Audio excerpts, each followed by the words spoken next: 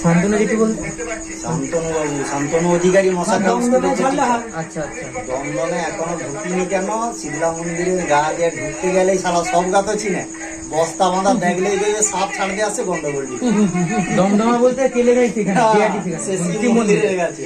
দেখো মানুষ যেখানে ভয় পাবে, রেপুটেশন খারাপ হবে, সেসব জায়গায় কি আমি আদৌ এগুলো করতে পারবো? বন দপ্তরে দেওয়াটাই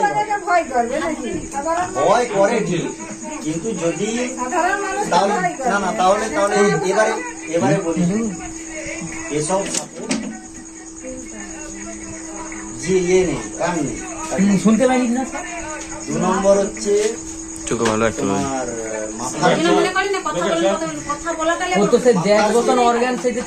মাথার যে ব্রেনের যে গঠন এতটা উন্নত নয়, এদের স্মৃতিশক্তি এত নাই।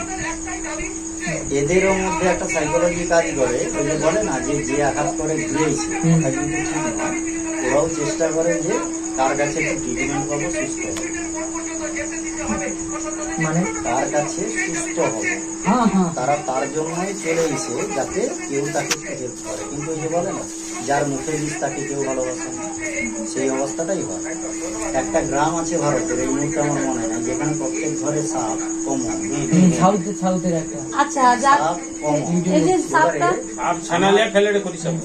আমার একটা আরে এত না, আমার একটা পাঁপড় হলে যা এবার দরকার নেই।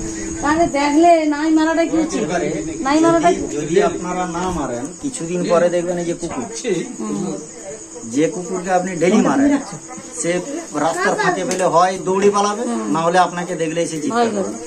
আর যাকে দেখবেন যে আপনি মারবেননি, সে দেখবেন আপনার কাছে এসে ঘুরতেছে, কিছু বলে। 1 নম্বর, এরা তো অবুঝ, এরা তখনই চোট মারে যখন মনে করে যে আমি মারা যাব বা আমাকে কেউ মারতে আসছে। তার আগেও এরা চেষ্টা করে কি করে পালিয়ে যাবো, লড়লে ভাববে যে খাবারটা। এরা সব রং দেখতে পায়, লাল, সবুজ আর নীল, সম্ভবত হলুদ আর হলুদ, মানে ওই সাপের যে চোখের এ আলাদা হয়, মানে তাদের দৃশ্যটা আলাদা হয়। তারা সবকিছু সব জিনিসকে তারা লাল, সবুজ, হলুদ এই জিনিস রঙে দেখতে পায়। তাপমাত্রা বেশি, সেটা দেখতে লাল দেখে। এদের তো কান নাই, এরা বুঝতে পারে কি করে? এই যে কথা যে বলছে, একটা বাতাসের আন্দোলন আছে, আন্দোলনটা তারা জীবটা যে বারবার বের করে না, সেই জীবের সাহায্যে তারা সেই আন্দোলনটাকে গ্রহণ করার চেষ্টা করে। তখনই তারা বুঝতে পারে যে এখানে চিৎকার হচ্ছে, চেঁচামেচি হচ্ছে বা আলোচনা। 1 নম্বর।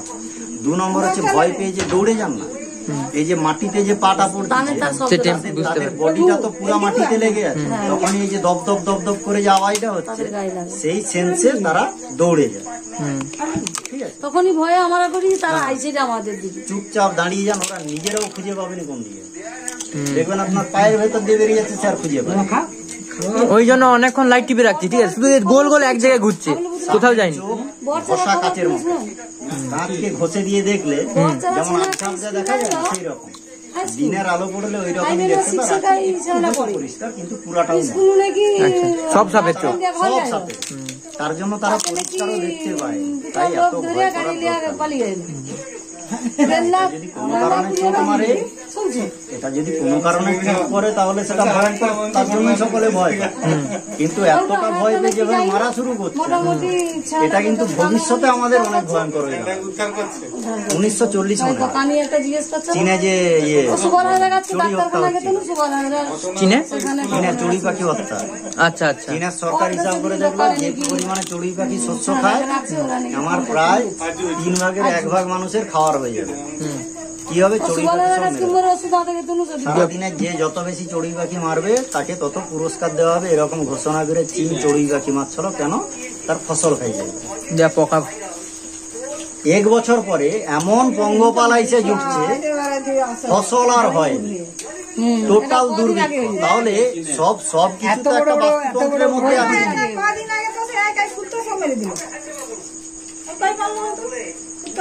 এত বড় বড় পড়ি সে টিভি একটা বই আছে, নাগা জঙ্গি আইলে কুত্তা ধরে খাই বলে খায়া খায়া কমিয়ে দিল, নাগা জঙ্গির কাজ কুত্তা খাওয়া।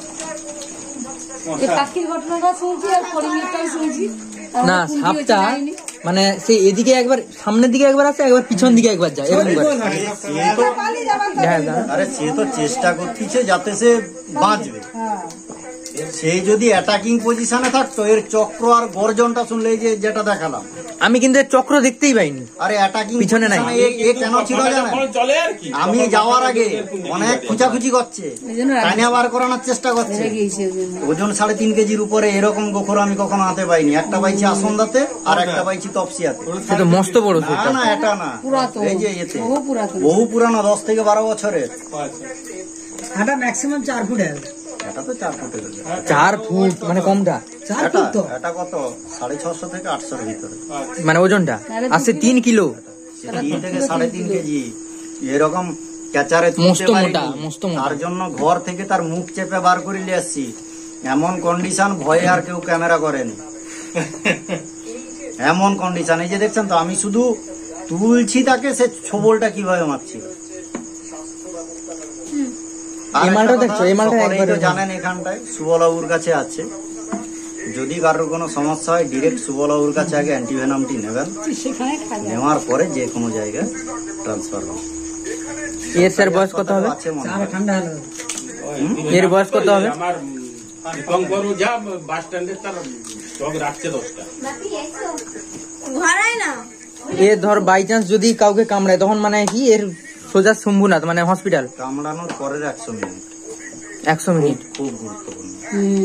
যদি সিরাম যদি দেয়, সিরাম 100 মিনিটের মধ্যে সিরাম দিতে হবে। 100 মিনিট কামড়ানোর পরের 100 মিনিট। এ প্রচুর, মানে কিছু কম 1.5 ঘন্টা। ও প্রচুর। 1.5 ঘন্টার একটু বেশি। মানে বড়ার থেকে এর বিষ তীব্র তো, ওরা দুলালের জিগা হইলো দেখতো। বড়ার থেকে দুটার বিষ কিন্তু আলাদা আলাদা। হ্যাঁ, তার কাজ আলাদা। আর সে কিডনি রক্ত বেড়ে একটা হিমোটক্সিক আর নিউরো। সে রক্তকে জমাট বাঁধতে দেয় না, রক্তের ভিতরের কণিকাগুলোকে নষ্ট করে। ভাঙতে থাকে। ভাঙতে থাকার ফলে যে কোনো ঝিল্লি দিয়ে সে রক্ত বেরিয়ে আসে। সে কিডনির ঝিল্লি দিয়ে বেরিয়ে গেলে পেচ্ছাপের সঙ্গে বেরোবে, মৌ পোকা স্টমাকের ঝিল্লি দিয়ে বেরোলে বমির সঙ্গে বেরোবে। ঠিক আছে, পর পর পর পর সে কিন্তু বেরোতে পারে। আর এর বিষ হচ্ছে নিউরোটক্সিক। ঝাঁঝ জল সবাই দেবে।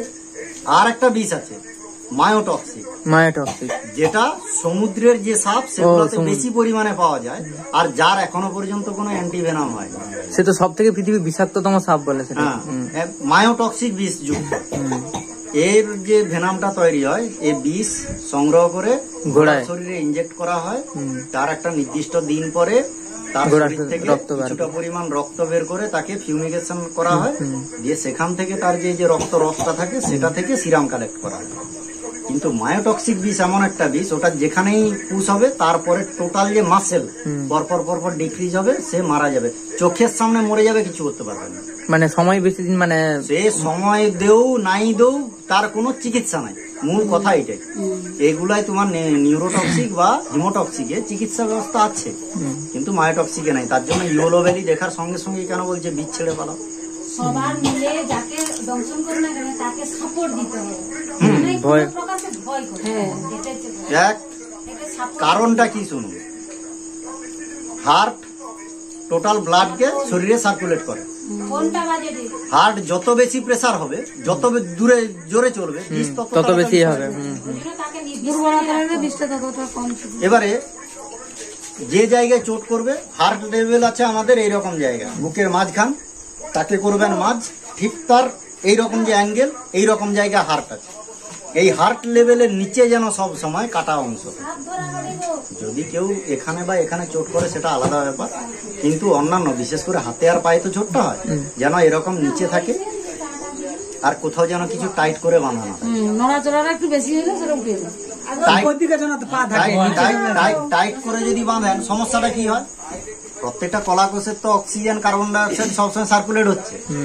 এবারে সেইটা যদি বন্ধ হয়ে যায় তাহলে সেই জায়গার সেলগুলা ড্যামেজ হবে, তার সঙ্গে বিষ আছে, পুরো মোটাই নষ্ট হয়ে যাওয়ার সম্ভাবনা। আর স্যার যদি হার্ট লেভেলের উপরে কামড়ায়, হালকা করে বাঁধুন, হালকা করে হয়তো কেউ যদি বাঁধে অন্তত এই যে দুটো আঙুল যেন, আর হার্ট লেভেলের উপরে যদি কামড়ায় তখন কি হবে? বাঁচানো সম্ভব দ্রুত হসপিটাল। যে জায়গায় অ্যান্টিভেনাম আছে, আমি হসপিটালও বলবো নি, নার্সিংহোমও বলবো, যে জায়গায় অ্যান্টিভেনাম আছে আগে পুশ করো। তুমি সে হসপিটালে হইতে পারে, কেউ হয়তো মেডিকেল চেম্বারেও তার লেইসা রাখছে, সেটাও হইতে পারে, কি নার্সিংহোমও হইতে পারে, সরকারি হসপিটালও রাখে, যেটা তোমার কাছে হবে আগে সেখানে